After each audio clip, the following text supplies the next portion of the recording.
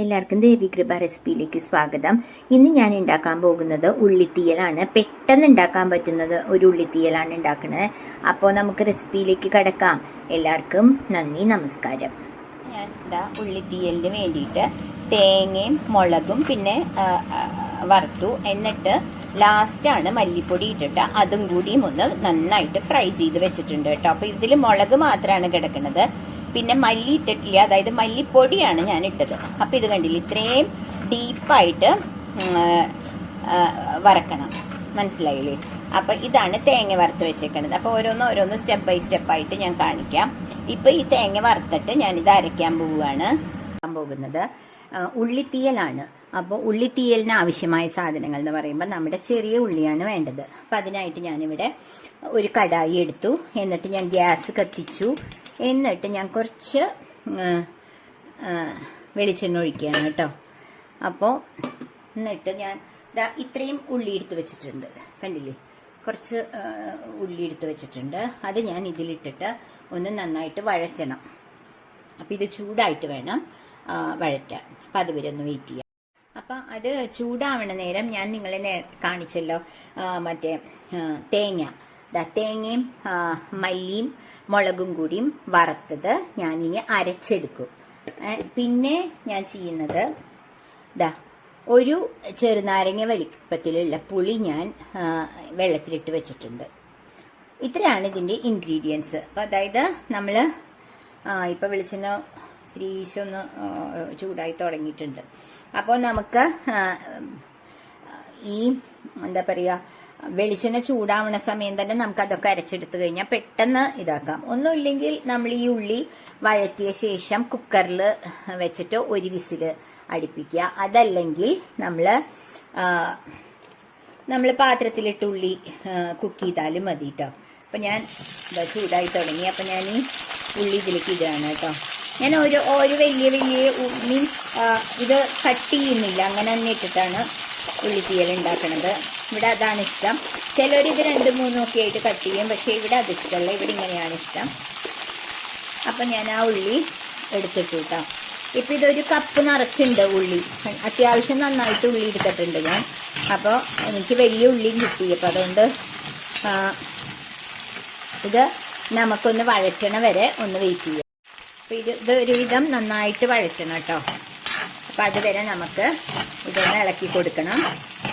കരിയരുത്, എന്നാൽ ഒന്ന് നന്നായിട്ട് ഇത് വഴറ്റുക വേണം വെളിച്ചെണ്ണയിൽ. അത് ടേസ്റ്റ് കൂടുതലാണ്. ചിലവർ ഇതെന്ത് ചെയ്യും എന്ന് വെച്ചാൽ ഇത് വഴറ്റാതെ ഉണ്ടാക്കും, പക്ഷെ അത് അത്രയും ടേസ്റ്റി ആയിരിക്കില്ല.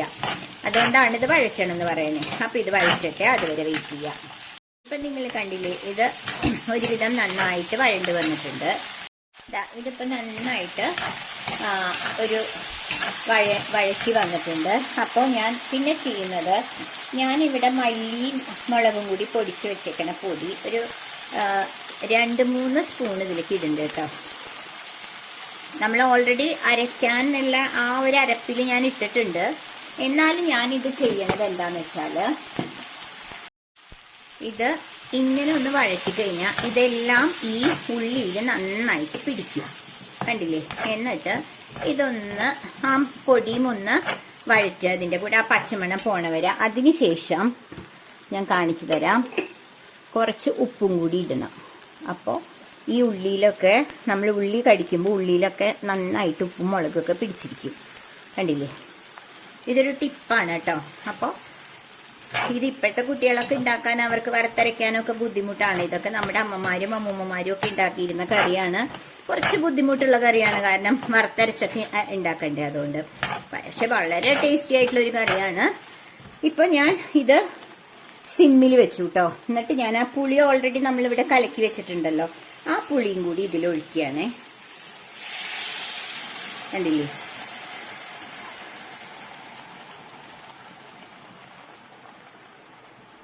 ആ പുളിയും കൂടി ഇതിലൊഴിച്ചു. അതിനുശേഷം ഉള്ളി ഓൾറെഡി നമ്മൾ വഴറ്റിയതുകൊണ്ട് ഇത് ഒരു ഹാഫ് കുക്ക്ഡ് ആയിട്ടുണ്ട്. അപ്പം ഇതിൽ കിടന്നൊന്ന് തിളച്ച ശേഷം നമുക്ക് അരപ്പ് ചേർത്ത് വീണ്ടും തിളപ്പിക്കാം. അപ്പം ഇത് തിളച്ച് തുടങ്ങിയിട്ടുണ്ട് കേട്ടോ. അപ്പം ഞാൻ നല്ല തിക്കായിട്ട് അരച്ച് എടുത്തിട്ടുണ്ട് കേട്ടോ. അപ്പം നമുക്ക് വെള്ളമൊക്കെ നമുക്ക് കറിയുടെ തിക്നെസ്സും എത്രത്തോളം വേണം എന്നുള്ളതനുസരിച്ചിട്ട് നമുക്ക് കൂട്ടാം. അപ്പം ഇത് നമുക്ക് കുറച്ചും കൂടി വെള്ളം ചേർക്കേണ്ടി വരും. കണ്ടില്ലേ, അരപ്പില് കുറച്ച് വെള്ളം ഒഴിക്കുന്നുണ്ട് കേട്ടോ. കണ്ടില്ലേ, മിക്സിയിൽ വെള്ളം ഒഴിച്ച് നല്ല അടിപൊളിയായിട്ടുള്ള നമ്മുടെ തീയൽ റെഡിയായി. പക്ഷെ ഇനി ഇത് നമുക്കൊന്ന് അടച്ചു വെച്ച് കുക്ക് ചെയ്യണം, കാരണം ഉള്ളി ഒന്നുകൂടി കുക്കാവണം. അപ്പോൾ അങ്ങനെ നമുക്ക് ചെയ്യാം. ഞാനിവിടെ ഒരു ലിഡ് വെച്ച് അടച്ചു കേട്ടോ. അപ്പം നമുക്കിത് അടച്ചു വെച്ച് കുക്ക് ചെയ്യാം. എന്നിട്ട് നമുക്ക് ആ ഉള്ളി ഒന്നും കൂടി കുക്ക്ഡ് ആവണം, അത്രേ ഉള്ളൂ. അപ്പം ഞാനിവിടെ സിമ്മിലാണ് വെച്ചേക്കണത്. ആ ഉള്ളി ഒന്ന് കുക്കാവട്ടെ. അപ്പം നമ്മൾ തുറന്ന് നോക്കുമ്പോൾ കൂട്ടാൻ തിളച്ചു തുടങ്ങി. അപ്പം നമുക്കൊന്ന് ഉള്ളി ഒന്ന് ചെക്ക് ചെയ്ത് നോക്കാം. ഇല്ല, ഉള്ളി കുറച്ചും കൂടി ആവാനുണ്ട്. അപ്പോൾ ഒന്നും കൂടി നമുക്ക് അടച്ചു വെക്കാം കേട്ടോ. അതുവരെ ഒന്ന് വെയിറ്റ് ചെയ്യാം, കുക്കാവണ വരെ ഒന്ന് വെയിറ്റ് ചെയ്യാം. അപ്പം നമുക്കൊന്ന് നോക്കാം. ഇതായി കാണും. ഇതിലൊക്കെ തെറിച്ചിട്ടുണ്ട്, അടുപ്പിൽ തിളച്ചുകൊണ്ടിരിക്കുകയല്ലേ, കുക്കായിക്കൊണ്ടിരിക്കുകയാണ് ഉള്ളി. അപ്പം നോക്കാം നമുക്ക്. നോക്കട്ടെ കേട്ടോ. ഉള്ളി നമുക്കൊന്ന് കട്ട് ചെയ്ത് നോക്കുമ്പോൾ പോയിട്ടുണ്ടെങ്കിൽ കട്ടാവുന്നുണ്ട്. അപ്പോൾ ഉള്ളി നമ്മുടെ കുക്കായിട്ടുണ്ട് കേട്ടോ. ഇനി ഇതിൽ ഒരു സീക്രട്ട് ഇൻഗ്രീഡിയൻ്റ് ഉണ്ട് കേട്ടോ. നമ്മുടെ അമ്മൂമ്മമാരൊക്കെ ചേർക്കണ ഒരു ഇൻഗ്രീഡിയൻ്റ് ആണ് ടേസ്റ്റ് കൂട്ടാൻ വേണ്ടിയിട്ട്. അപ്പം അതെല്ലാവരും ചേർത്താൽ നമ്മുടെ ഇത് എല്ലാം നല്ലൊരു പ്രപ്പോർഷനിലായിരിക്കും. ഇത്രയും ശർക്കര ഞാൻ ചേർക്കുന്നുണ്ട് കേട്ടോ ഇതിൽ, അത്രയും മതി. അപ്പം എല്ലാം ബാലൻസ് ചെയ്യാൻ വേണ്ടിയിട്ട് ഒരു സീക്രട്ട് ഇൻഗ്രീഡിയൻ്റ് ആണത്. പിന്നെ ഞാൻ കുറച്ച് ഉപ്പും കൂടി ഇടുന്നുണ്ട്. നേരത്തെ നമ്മൾ വഴറ്റുമ്പോൾ ഉപ്പിട്ടത്, അപ്പോൾ ഉപ്പ് പോരാ. അപ്പം ഞാൻ കുറച്ച് ഉപ്പും കൂടി ഇട്ടു. അപ്പോൾ കറക്റ്റായിരിക്കും. കണ്ടില്ലേ. എന്നിട്ട് ഇപ്പം നമ്മുടെ ഇപ്പം ഞാൻ ഗ്യാസ് ഓഫ് ചെയ്യാണ് കേട്ടോ.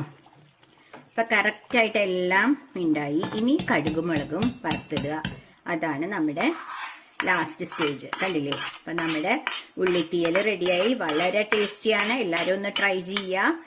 എന്നിട്ട് കമൻറ്റ് ബോക്സിൽ കമൻറ്റ് എഴുതണം കേട്ടോ നിങ്ങൾ ഉണ്ടാക്കിയിട്ട്. അപ്പം നല്ല അടിപൊളിയായിട്ടുള്ള ഉള്ളിത്തീയൽ റെഡി. അപ്പം എല്ലാവരും ഇതൊന്ന് ട്രൈ ചെയ്ത് നോക്കുക.